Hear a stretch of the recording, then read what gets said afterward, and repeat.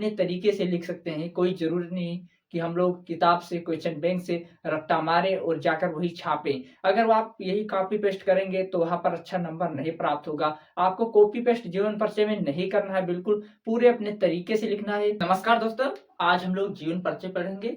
जयशंकर प्रसाद जी का पढ़ते समय याद करेंगे, यानी पढ़ते समय याद हो जाएगा। ऐसा हम लोग आज पढ़ेंगे जीवन परिचय कि पढ़ते वक्त याद हो जाएगा। वैसे आपके किताब में, क्वेश्चन बैंक में हर जगह मिल जाएगा लिखा हुआ जीवन परिचय, आप कहीं से भी पढ़ सकते हैं। लेकिन इस वीडियो के माध्यम से पढ़ेंगे कि कैसे याद करना है, क्योंकि बहुत सारे लेखक और कवि का जीवन परिचय याद करना रहता है। बहुत लोग एक दूसरे के जन्म को लेकर कंफ्यूज होते हैं, जन्म स्थान को लेकर कंफ्यूज होते हैं। सभी प्रकार की कंफ्यूजन आज इस वीडियो में आप सभी का दूर होगा और हम लोग अच्छे तरीके से जयशंकर प्रसाद जी का हम लोग अच्छे से जीवन परिचय लिखना सीख जाएंगे। साथ ही अन्य लेखक और कवि का जीवन परिचय इसी माध्यम से लिखना सीखेंगे। तो चलिए दोस्तों, हम लोग बिना देरी के वीडियो को शुरू करते हैं। जीवन परिचय पढ़ने से पहले, लिखने से पहले हम लोग दो बातों का ध्यान रखेंगे। पहला बात तो यह होता है कि जीवन परिचय हम लोगों को 80 शब्दों में, यानी कम से कम 80 शब्दों में लिखना होता है। उसके बाद जीवन परिचय लिखने से पहले क्या करना होता है, हम लोगों को एक संक्षिप्त परिचय लिखना होता है। जो लेखक पहले आपका चेक करता है कि नाम लेखक का क्या है, पिता का नाम क्या है, जन्म स्थान और प्रारंभिक शिक्षा, भाषा क्या है, यही पहले आपका चेक करता है। क्योंकि आपका जब इसमें सही रहेगा कि लेखक का नाम क्या है, उसका जन्म कहाँ हुआ है, किस जगह पर हुआ है, उनके पिता का क्या नाम है, कौन सी उनकी प्रमुख रचनाएं हैं, ये सब पहले आप इस बॉक्स में, यानी इसको कहते हैं बॉक्स बना लीजिए। एक एक अगर आप बॉक्स बनाए रहेंगे, यानी इसको चारों तरफ से इसको घेर देंगे, उसके बाद अंदर इसके आप नाम, पिता का नाम और पॉइंट जरूर डालिएगा। जो मैंने यहाँ पॉइंट डाला है इसको जरूर नोट करिएगा, क्योंकि आप कितने लेखक के बारे में कितना ज्यादा जानते हैं। क्योंकि पॉइंट डाले रहेंगे, जैसे मेरा 1 2 3 4 5 लमसम में 10 पॉइंट है मान लीजिए, तो जो नाम होगा, पिता का नाम होगा, जन्म स्थान होगा, यही से लेखक यानी कि टीचर समझ जाएगा कि आप लेखक के बारे में कितना जानते हैं। बस इतना ही इस संक्षिप्त परिचय का महत्वपूर्ण रहता है। यानी संक्षिप्त परिचय यही महत्वपूर्ण रहता है कि टीचर आपकी कॉपी कैसे चेक करता है, संक्षिप्त परिचय द्वारा सही चेक करेगा कि आपने जीवन परिचय कैसे लिखा है। तो समझाने का यही छोटा सा अर्थ था।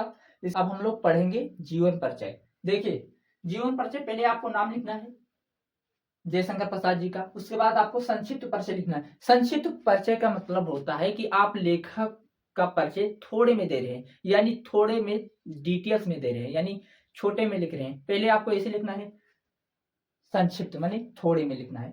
थोड़े में क्या क्या रहेगा आप यहाँ पर देख सकते हैं। नाम रहेगा, पिता का नाम, जन्म स्थान, प्रारंभिक शिक्षा, लेखन विधि, भाषा शैली, प्रमुख रचना और लेखक का कब निधन हुआ वो लिखना है। और उसके बाद साहित्य में क्या स्थान मिला है लेखक को, इतना लिखना है। उसके बाद में आपको क्या करना है, आप इनके बारे में यही से बनाकर 80 शब्दों में इनके बारे में बातें लिखनी है। 80 शब्दों से ज्यादा लिखना है, कम नहीं लिखना है। जैसे कि नाम जयशंकर प्रसाद का जन्म, अब यहां से आपका बनेगा महान लेखक श्री जयशंकर प्रसाद जी का जन्म सन 1889 ईस्वी में काशी में हुआ था, यानी काशी उत्तर प्रदेश में हुआ था। प्रसाद जी हिंदी के महान कवि थे, उन्होंने हमारे साहित्य में बहुत बड़ा योगदान दिया।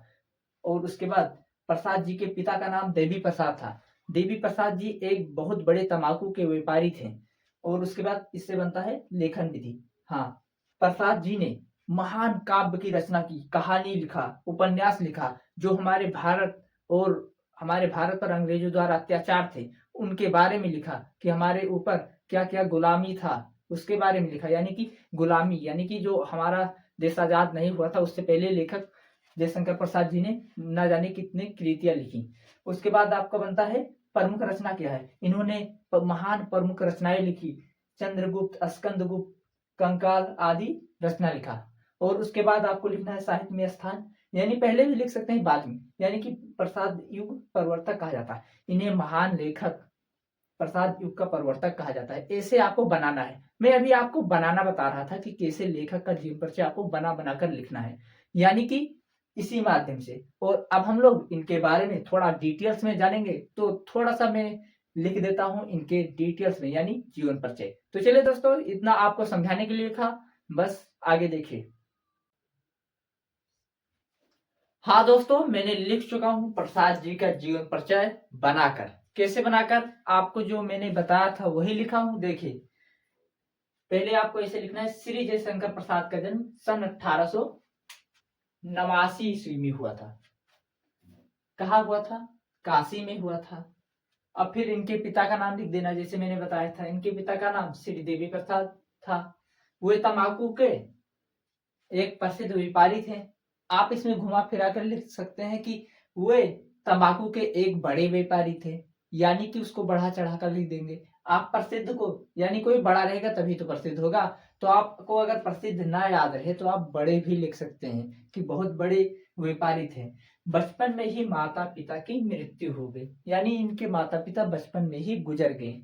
उसके बाद उसके कारण प्रारंभिक शिक्षा घर पर हुई, यानी शुरू में जो ये अपना पढ़ाई किए घर पर ही किए।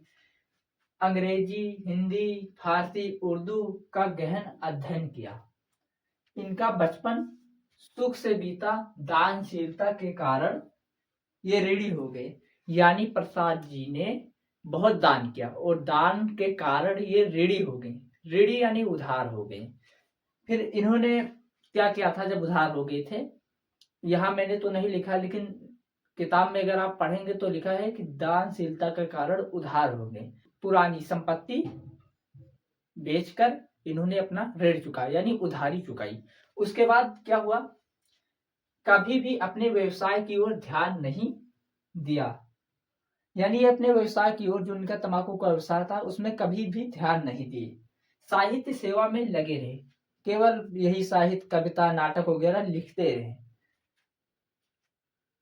कहानी और कविता के लिए पुरस्कार स्वरूप पैसे भी नहीं लेते थे। अगर कहानी कविता पर कोई इनको पैसे देता था इनाम के रूप में, तो ये पैसे नहीं लेते थे, ये वैसे ही लिखा करते थे। इनका जीवन बड़ा नपातुला और संयमशील था, किंतु दुखों के आघातों से बच ना सके। 1937 ईस्वी में इनका स्वर्गवास हो गया। कब? 1937 ईस्वी में इनका स्वर्गवास हो गया, यानी प्रसाद जी का स्वर्गवास 1937 ईस्वी में हो गया।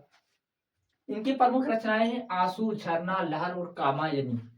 यानी दोस्तों, मैंने यहाँ पर आपको 2 रचना लिखना होता है, 2 या 3 रचना लिखना होता है। उसके बाद में मैंने यहाँ पर 4 लिखा है। आपको अगर नहीं याद है तो 2-3 लिख सकते हैं, यानी कम से कम 2-3 रचना तो आप इनकी जरूर याद करिए। कोई भी लेखक हो, उसका 2-3 रचना जरूर याद होना चाहिए उनके लिखे गए पाठ का।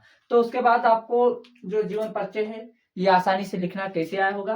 पहले आप संक्षिप्त परिचय लिखेंगे। संक्षिप्त परिचय लिखने के बाद जो आप उसमें संक्षिप्त परिचय में बनाए रहेंगे, पिता का नाम, माता का नाम, इनके जन्म कहाँ हुआ, किस जिले में हुआ, किस प्रदेश में हुआ, फिर इनकी परिस्थिति के बारे में अगर आप पढ़े रहेंगे कि इनका बचपन सुख में बीता कि दुख में बीता, उसी हिसाब से अपने तरीके से लिख सकते हैं। कोई जरूरी नहीं कि हम लोग किताब से, क्वेश्चन बैंक से रट्टा मारे और जाकर वही छापें। अगर आप यही कॉपी पेस्ट करेंगे तो वहां पर अच्छा नंबर नहीं प्राप्त होगा। आपको कॉपी पेस्ट जीवन परिचय में नहीं करना है, बिल्कुल पूरे अपने तरीके से लिखना है। जैसे आपको याद होगा उसी तरीके से लिखना है। ऐसा नहीं कि पूरी कॉपी रट डाले वही जाकर छाप दिया। ये कॉपी पेस्ट बोर्ड एग्जाम में नहीं चलता। देखिए दोस्तों, मैं यहाँ पर जीवन परिचय लिखा हूं, आप देख सकते हैं। जैसे आपको बॉक्स बनाना है, जैसे इसमें बॉक्स दिख रहा है, ये जो बॉक्स दिख रहा है इसे बॉक्स बनाना है। फिर नीचे 80 शब्दों में आपको इनका जीवन परिचय लिखना है। यानी अगर आपको साफ दिख रहा है तो मैं दिखाने की पूरी कोशिश किया हूँ, आप इसको समझिए। और मैंने हिंदी की कॉपी कैसे लिखना है अलग से वीडियो बना दिया है,